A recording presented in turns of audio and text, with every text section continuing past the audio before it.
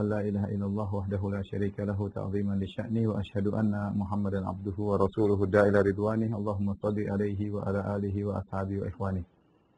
Para hadirin dan hadirat, para pemirsa jamaah Masjid Al-Ikhlas Duku Bima yang dirahmati oleh Allah Subhanahu wa taala, kita lanjutkan bahasan kita dari tafsir surat Al-An'am. Sebagaimana pernah kita jelaskan pada pertemuan lalu bahwa surat Al-An'am ini adalah surat yang mengumpulkan dalil-dalil barahinut tauhid, yaitu dalil-dalil argumentasi tentang keesaan Allah Subhanahu wa taala dan bahwasanya kesyirikan adalah perbuatan yang buruk, ya, tidak layak untuk dilakukan terhadap Allah Subhanahu wa taala. Di antara dalil-dalil yang Allah sebutkan adalah pada ayat ke-13 dan seterusnya. Allah berfirman, "Walahu ma sakana fil laili wan nahari wa huwa samiul alim." Walahu ma sakana fil laili wan nahari wa huwa samiul alim. Di sini Allah berfirman, ya. Walahu ma sakana bil laili wan nahar.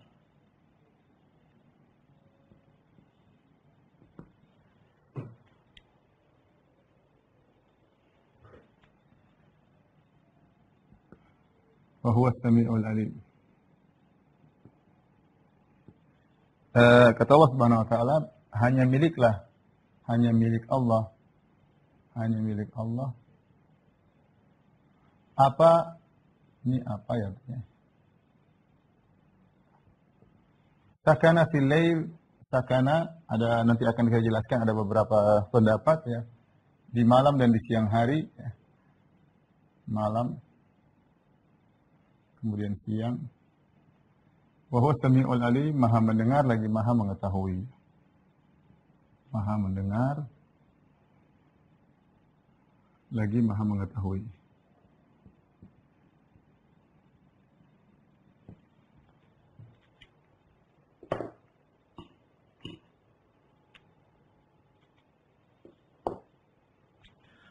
Adapun sakana, ya, sakana ada tiga tafsir, ya, tiga pendapat tentang makna sakana. Ya. Yang pertama adalah sakana artinya yang tenang, tidak bergerak. Secara bahasa Arab, sakan sukun artinya tenang, ya. Kemudian pendapat kedua, sakana artinya mustaqir, yang tinggal, ya, menetap atau menetap. Kemudian pendapat yang ketiga yang sampai Tahir bin Ashur, maksudnya yaitu mustakhfin, yang bersembunyi, ya, yang tersembunyi. Ini tiga pendapat tentang makna walahu ma sakana, ya. Banyak ditafsir menafsirkan walahu ma sakana artinya bagi Allah semua yang tenang di malam dan di siang hari. Ya, kenapa dikatakan tenang? Karena kita tahu yang tidak bergerak lebih banyak daripada yang bergerak, ya. Ya. Yang tidak bergerak ada beberapa penjelasan. Yang pertama, yang tidak bergerak atau tenang lebih banyak, ya. Sehingga disebutkan secara khusus yang tidak bergerak tenang itu lebih banyak. Yang kedua, jika yang tenang saja Allah tahu dan milik Allah, apalagi yang bergerak, ya, apalagi yang bergerak. Ini pendapat cukup kuat, maksudnya sakana di sini maksudnya adalah yang tenang. Jadi sukun diddul harakah, lawan dari bergerak. Artinya Allah menjelaskan bagi Allah segala apa yang di alam semesta ini. Di antaranya yang tenang, karena yang tenang itu banyak. Di dalam tanah ada yang tenang, ya. Kemudian dalam lautan juga ada yang tenang, ya. Tanah begitu banyak yang tenang, ya. Tumbuhan banyak yang tenang, ya. Jadi semuanya milik Allah. Bukan cuma yang bergerak, yang tenang juga milik Allah Subhanahu wa taala, tapi disebutkan yang tenang karena yang tenang itu lebih banyak daripada yang bergerak. Kemudian juga jika yang tenang saja adalah milik Allah, yang tidak bergerak apalagi yang bergerak. Ini pendapatnya. Ada yang mengatakan makna sakana mustaqir, dan ini pendapat yang juga cukup kuat, yaitu semua, maksudnya adalah semua di alam semesta. Karena semuanya tinggal di alam semesta, tidak ada yang keluar di alam semesta. Pendapat ketiga yang disampaikan oleh Tahir bin Asyir, mustakhfin maksudnya yang tersembunyi ya. Artinya yang tersembunyi pun milik Allah dan Allah tahu. Yang tersembunyi milik Allah dan Allah tahu. Allah tahu tentangnya. Allah tahu. Makanya setelah itu Allah mengatakan wa huwa samiul alim. Allah Maha mendengar lagi Maha mengetahui. Ini di antara dalil bahwasanya yang berhak menjadi Tuhan disembah hanyalah Allah Subhanahu wa taala. Adapun yang kalian sembah selain Allah, apakah nabi, apakah malaikat, apakah jin, apakah mereka memiliki alam semesta? Jawabnya tidak. Apakah mereka tahu semua yang ada di alam semesta, yang bergerak, yang tidak bergerak, yang bersembunyi? Mereka tidak tahu. Mereka tidak tahu. Adapun Allah, Allah Maha mendengar lagi Maha mengetahui. Allah tahu apapun yang di alam semesta ini. Jangankan yang bergerak, yang diam pun Allah tahu. Allah mengetahui, Allah Maha mendengar. Maka ini diantara satu dalil tentang rububiyah Allah. Ini menunjukkan rububiyah yang melazimkan uluhiyah. Ya. Ini menunjukkan apa? Rububiyah Allah. Ya. Ya. Jadi, adapun selain Allah tidak milik, tidak Maha mendengar, tidak Maha mengetahui, tidak memiliki semua alam semesta. Ini rububiyah Allah. Mohon maaf yang ini asma sifat ya. Asma wa sifat.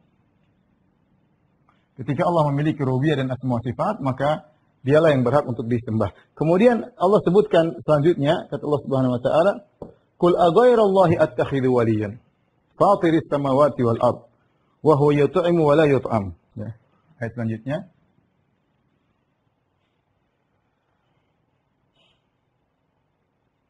Ayat yang ke-14 ya.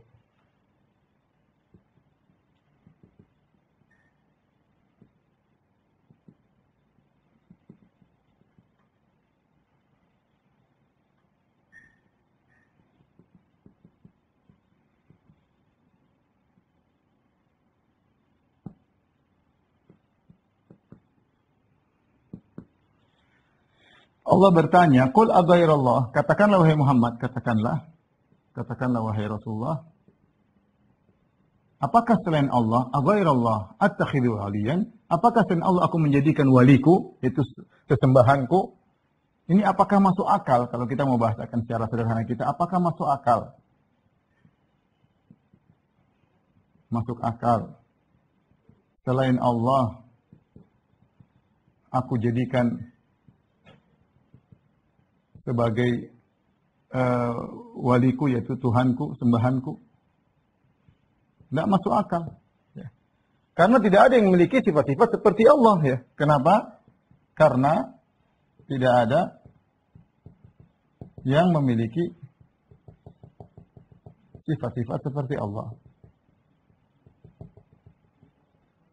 Jadi Allah menyebutkan Fatiris samawati wal ardi. Antara sifat-sifat Allah, perhatikan di sini, antara sifat-sifat Allah adalah di antara sifat-sifatnya pencipta langit dan bumi tanpa ada contoh sebelumnya. Ya.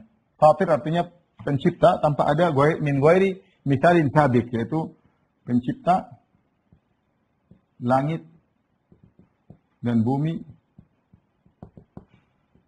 tanpa ada contoh sebelumnya. Apakah ada yang selain Allah yang menciptakan langit dan bumi? Jawab. Kalau ada mungkin dia pantas untuk disembah. Tetapi tidak ada yang seperti Allah. Wa yut'im. Dan ini perhatikan sini. Dan Allah memberi makan, wala yut'am. Ya. Memberi makan, di antara sifat berikutnya, memberi makan, itu rizki. Wala yut'am, tidak diberi makan, atau rizki. Ini juga adalah sifat keistimewaan Allah Subhanahu wa taala ya. Allah memberi makan, beri rezeki, dan Allah tidak diberi makan, tidak diberi rezeki. Oleh karenanya, ketika Allah membantah yang disembah selain Allah, di antaranya sesembahan tersebut makan dan minum. Ya.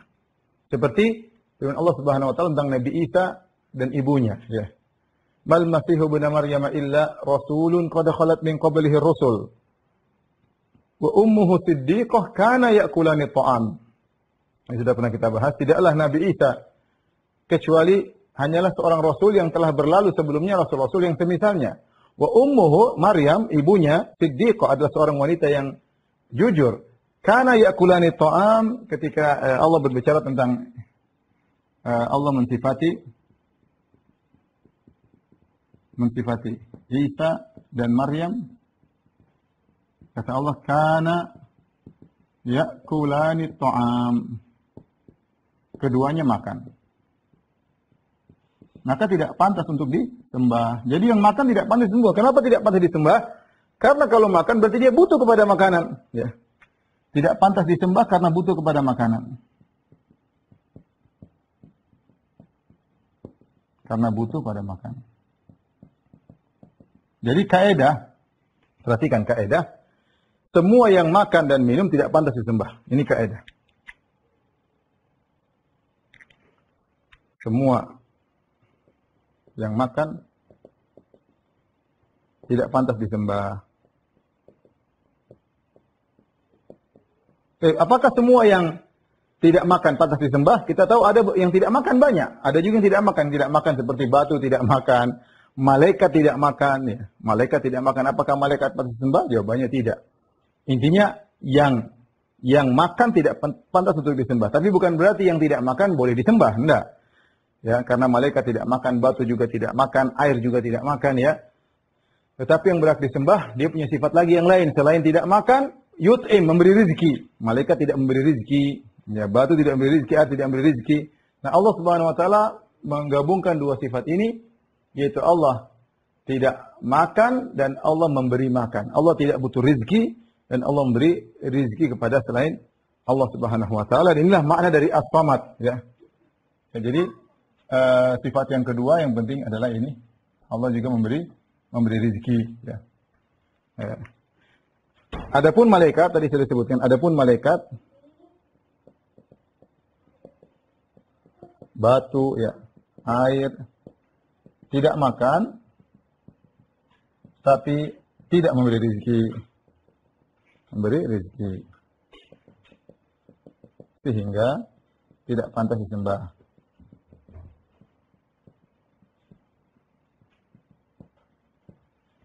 Maka dari sini adalah aneh jika kemudian ada manusia yang menyembah hewan. Menyembah hewan, yang hewan makan dan minum. Sebenarnya mengatakan kalau sudah makan dan minum berarti melazimkan adanya hadas, adanya kotoran.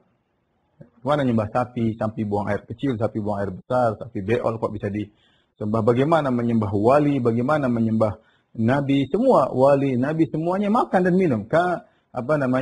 Makanya orang-orang musyrikin dahulu mengejek para anbiya. Ya, wa qalu ma li hadzal rasul ya'kulu at-ta'ama wa yamshi fil aswaq. Ini rasul kayak apa? Makan makanan. Makan makanan. Mereka bilang rasul, ya Rasulullah makan makanan. Nabi Isa makan makanan. Nabi Isa lapar, maka tidak pantas untuk disembah. Ini juga di antara dalil tentang rububiyah Allah Subhanahu wa taala. Allah memiliki sifat-sifat yang mulia, di antaranya pencipta langit dan bumi tanpa ada contoh sebelumnya, kemudian memberi makan dan tidak diberi makan. Yaitu sifatnya ini seperti as-samad, kata para ulama, seperti as-samad. Ya. As-samad itu apa? Yang tidak butuh kepada siapapun.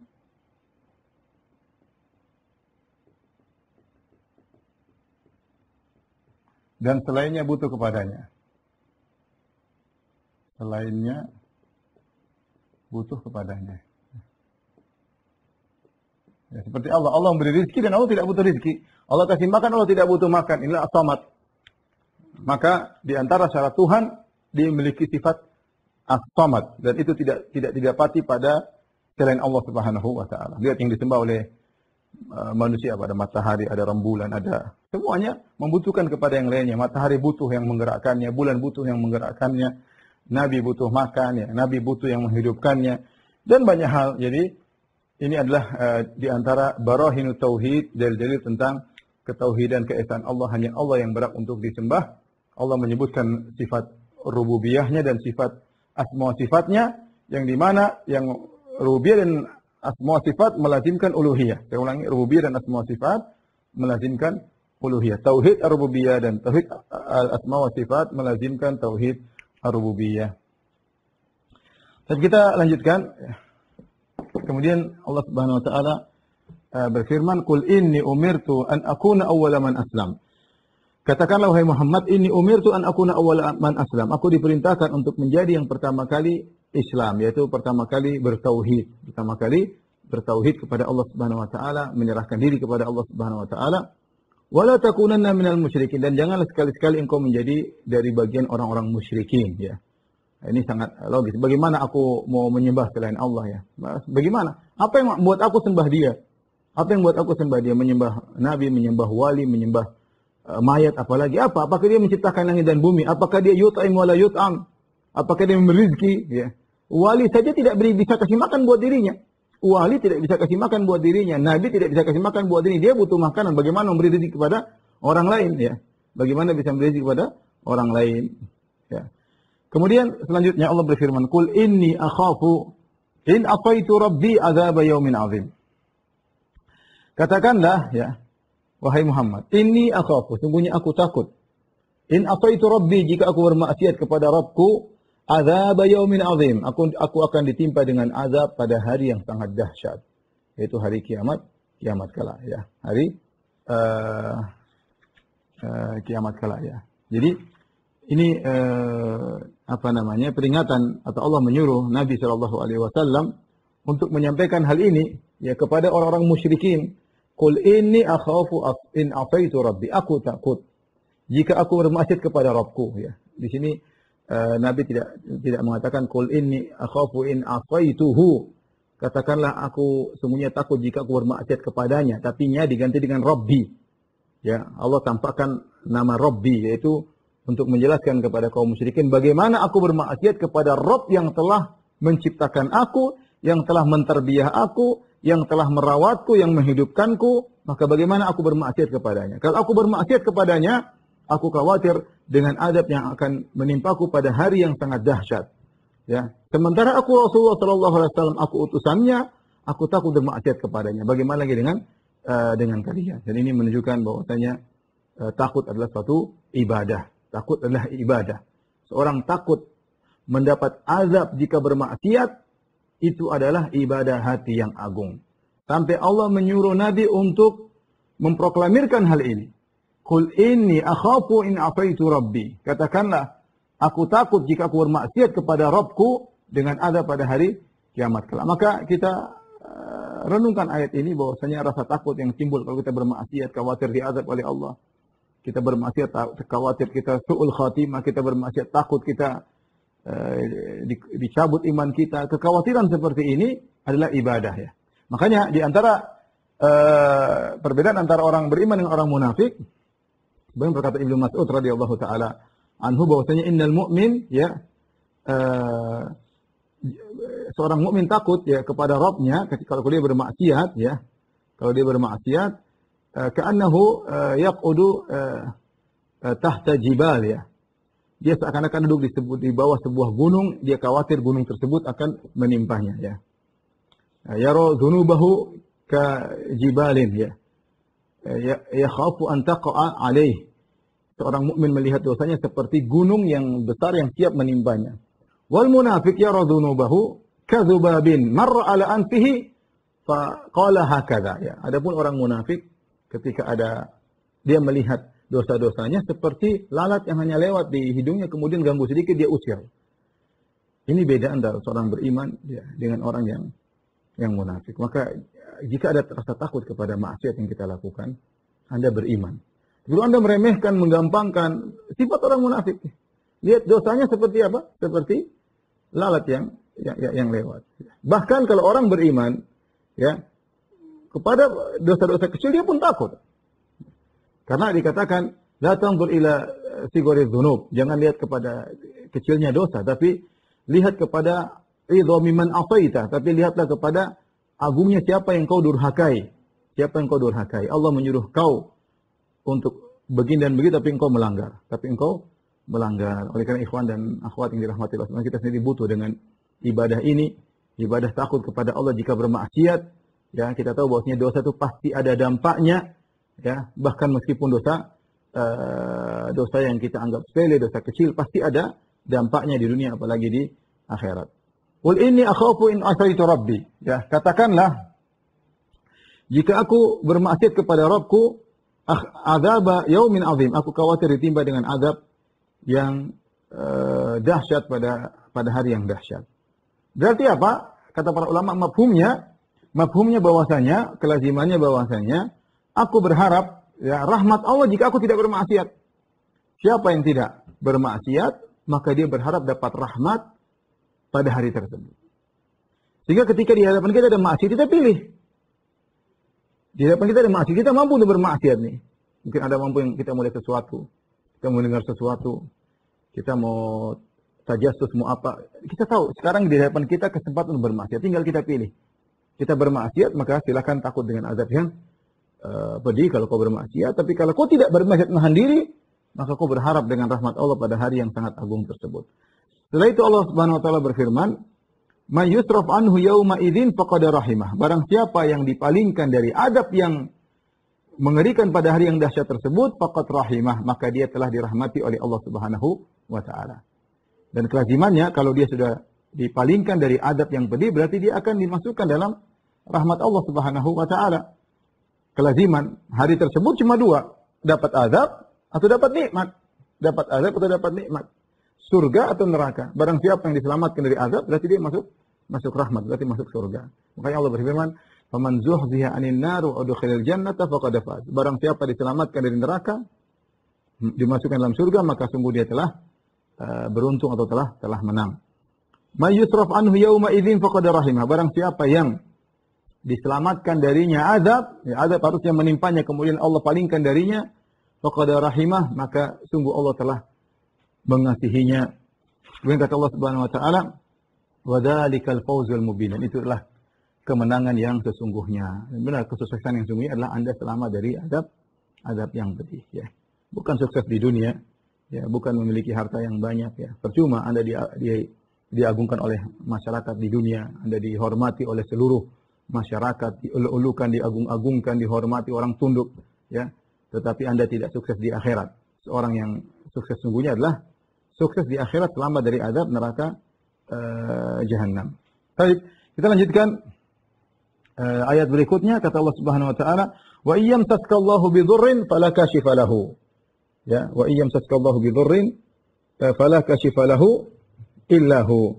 Jika Allah menimpakan sesuatu kemudaratan kepadamu, maka tidak ada yang bisa menghilangkannya kecuali Allah. "Wa iyyam taska bi khairin fa huwa ala kulli syai'in qadir." Dan jika Allah memberikan kepada engkau kebaikan, maka dia maha kuasa atas segala sesuatu. Ini juga di antara dalil tentang rububiyah Allah.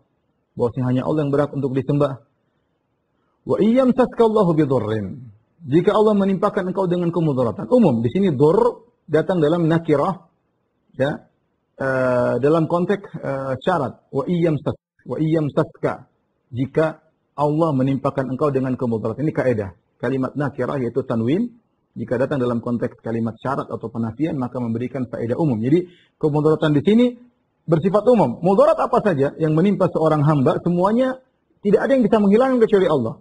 Ya, mudarat tersebut misalnya sakit, misalnya penderitaan, misalnya kemiskinan, ya, misalnya kegelisahan, ya, gundah gulana, ya, kekhawatiran, ya.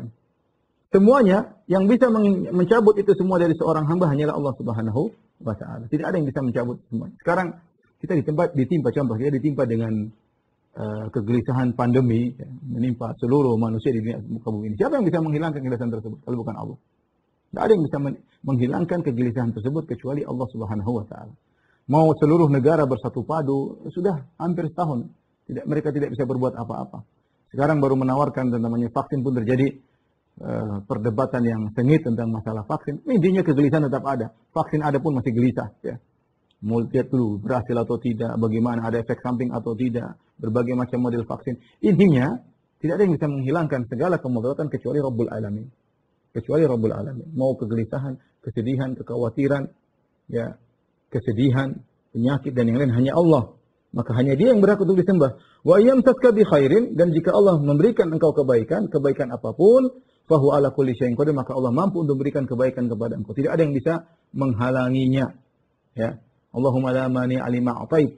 Ya Allah, tidak ada yang bisa mencegahmu jika kau memberikan sesuatu, memberikan kebaikan. Tidak ada yang mencegah. Mau satu dunia, mau satu bumi ini bersatu padu untuk mencegah kebaikan tersebut, maka tidak ada yang bisa menghalangi. Wa huwa ala kulli syai'in qadir. Dialah Allah yang maha kuasa atas segala sesuatu, dia mampu untuk memberikan kebaikan kepadamu dan tidak ada yang bisa menghalangi. Ini semua dalil bahwasanya Allah Al-Mutafarrid, dialah Maha Esa yang mengatur semua yang terjadi di alam semesta. Kebaikan atau keburukan semua di bawah kehendak Allah Subhanahu wa taala. Kita beriman dengan takdir. Takdir adalah beriman bahwasanya semua sudah ditakdirkan oleh Allah, yang baik maupun yang buruk. Dan kita tahu bahwasanya semua yang terjadi di alam semesta, baik atau buruk, tidak ada yang keluar dari kehendak Allah Subhanahu wa taala, karenanya dialah yang berhak untuk disembah. Maka sungguh tidak logis bagaimana kalau kita baca surat Al-An'am, kemudian ada orang menyembah wali, ada orang menyembah patung, ada orang menyembah mayat. Bagaimana mereka bisa sembah hal-hal tersebut? Mereka tidak memiliki sedikit pun sifat-sifat Allah yang disebutkan dalam surat Al-An'am. Bisa apa mereka? Bisa apa-apa? Nabi SAW saja ketika terjadi kegundah gulanan, kegelisahan, kekhawatiran, dia kembali kepada Allah. Bukankah ketika para anbiya, bagaimana Nabi Yunus ditelan oleh ikan paus, kembali kepada Allah Subhanahu wa taala. Semuanya Nabi berdoa kepada Allah. Nabi Muhammad SAW ketika perang Badar berdoa sampai ridak beliau, selendang beliau jatuh karena berdoa sungguh-sungguh istighosah kepada Allah Subhanahu wa taala. Kemudian bagaimana seorang orang yang punya akal kemudian minta kepada nabi-nabi tersebut, menjadikan nabi-nabi tersebut sebagai sesembahan mereka. Kemudian Allah Subhanahu wa taala lanjutkan lagi tentang sifat-sifat ketuhanannya, keesaannya. Allah Subhanahu wa taala berfirman, "Wa huwal qahiru fawqa ibadihi, wa huwal hakimul khabir." Dialah Allah yang maha kuasa atas segala hamba-hambanya. Jadi Allah Al-Qahir, maha kuasa atas segala di atas hamba-hambanya, ya. Al-Qahir yang berkuasa, semua tidak ada yang keluar dari ketundukan kepada Allah Subhanahu wa taala. Tidak ada yang keluar dari aturan Allah Subhanahu wa taala. Semuanya di bawah aturan. Semuanya di bawah aturan Allah Subhanahu wa taala, ya. Siapa orang paling hebat? Siapa makhluk paling hebat? Kalau Allah sudah bikin aturan, dia tidak bisa lepas dari aturan tersebut. Kalau berkehendak sesuatu, dia tidak bisa keluar dari apa yang dia inginkan, ya. Oleh karena kita dapati lihat kenyataan, kita lihat bagaimana raja, bagaimana presiden, bagaimana kepala negara tidak bisa berbuat apa-apa. Banyak yang mereka inginkan tidak bisa mereka laksanakan. Banyak yang mereka inginkan tidak bisa mereka laksanakan, dan banyak orang bertindak di luar keinginan mereka. Mau penjahat kek, mau anak buahnya kek, berkhianat kek, banyak. Tidak, itu raja-raja dunia, kepala negara di dunia, ya. Yang satu-satunya yang aturannya tidak ada yang bisa menyelisihi cuma Allah Subhanahu wa taala. Tidak ada yang berjalan kecuali kehendaknya. Makanya dia adalah Al-Malik, raja yang sesungguhnya. Raja-raja dunia, kepala negara dunia, kemampuannya terbatas. Dibohongin sama anak buahnya, dikhianati oleh anak buahnya, diatur oleh anak buahnya, diatur oleh pembisiknya, ya, belum lagi dia ingin melakukan sesuatu tidak bisa, ya, banyak hal kekurangannya. Adapun Allah wa huwal qahiru fawqa ibadihi. Dialah Allah yang maha kuasa di atas hamba-hambanya, semua hambanya, semua makhluk di bawah aturan Allah. Wa huwal hakimul khabir. Dan Allah adalah Al-Hakim, maha bijak, dan Al-Khabir maha mengetahui. Al-Hakim maksudnya Allah maha bijak dalam penciptaannya, dalam pengaturannya, dalam syariatnya. Dalam takdirnya, semuanya maha bijak. Ketika Allah menciptakan, Allah maha bijak. Kenapa Allah menciptakan ini? Allah tahu hikmahnya di balik itu semua. Ketika Allah mengatur, maka aturan itu semua juga di atas hikmah Allah Subhanahu wa taala, ya. Ketika Allah menetapkan syariat, maka Allah juga maha hikmah di balik syariat tersebut, ya. Semuanya di atas hikmah. Allah tidak menciptakan mengatur sembarangan, tidak. Tapi semua ada hikmahnya. Jadi pembahasan ini paling bagus dibahas oleh Ibnu Qayyim rahimahullah dalam kitabnya Syifaul Alil. Syifaul Alil ketika beliau membantah tentang qadariyah, ya. Artinya apa yang Allah ciptakan sekarang ini di atas muhkam dengan hikmah yang luar biasa. Allah menciptakan ada kebaikan, ada keburukan, ada Adam, ada iblis, ada malaikat Jibril, ada iblis, ada Nabi Muhammad SAW, ada Abu Jahal, ya.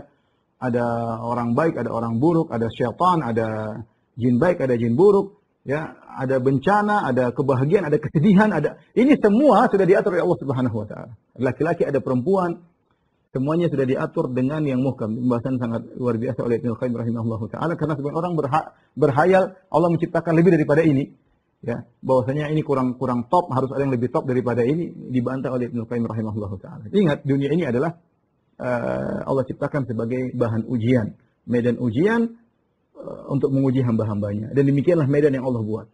Demikianlah medan yang Allah Allah buat ya. Baik. Al-khabir yaitu maha mengetahui secara detail. Maha mengetahui secara detail namanya al-khabir. Al-khabir adalah lebih khusus daripada al-alim. Al-alim mengetahui secara umum, mengetahui dengan detail namanya al-khabir. Mengetahui dengan detail adalah maknanya adalah al-khabir ya. Jadi Allah mengetahui hamba-hambanya dengan detail. Ini juga sifat-sifat yang tidak dimiliki kecuali oleh Allah Subhanahu wa taala ya. Ya, kecuali oleh Allah Subhanahu wa taala. Bagaimana kemudian orang menyembah selain Allah, menyembah makhluk, menyembah manusia yang ilmunya terbatas, yang kemampuannya terbatas, dia tidak berkutik, tidak bisa apa-apa ya. Kemudian firman Allah selanjutnya ya pada ayat 19 Allah berfirman, "Qul ayyu syai'in akbaru syahadah." Siapakah, katakanlah wahai Muhammad, siapakah yang paling besar persaksiannya? Qulillah, katakanlah persaksian Allah lah yang terbesar. Syahidun baini wa bainakum. Allah adalah yang bersaksi antara aku dan kalian. Wa uhiya ilayya hadzal Qur'an liunzirakum bihi wa man balagh. Dan aku diwahyukan Al-Qur'an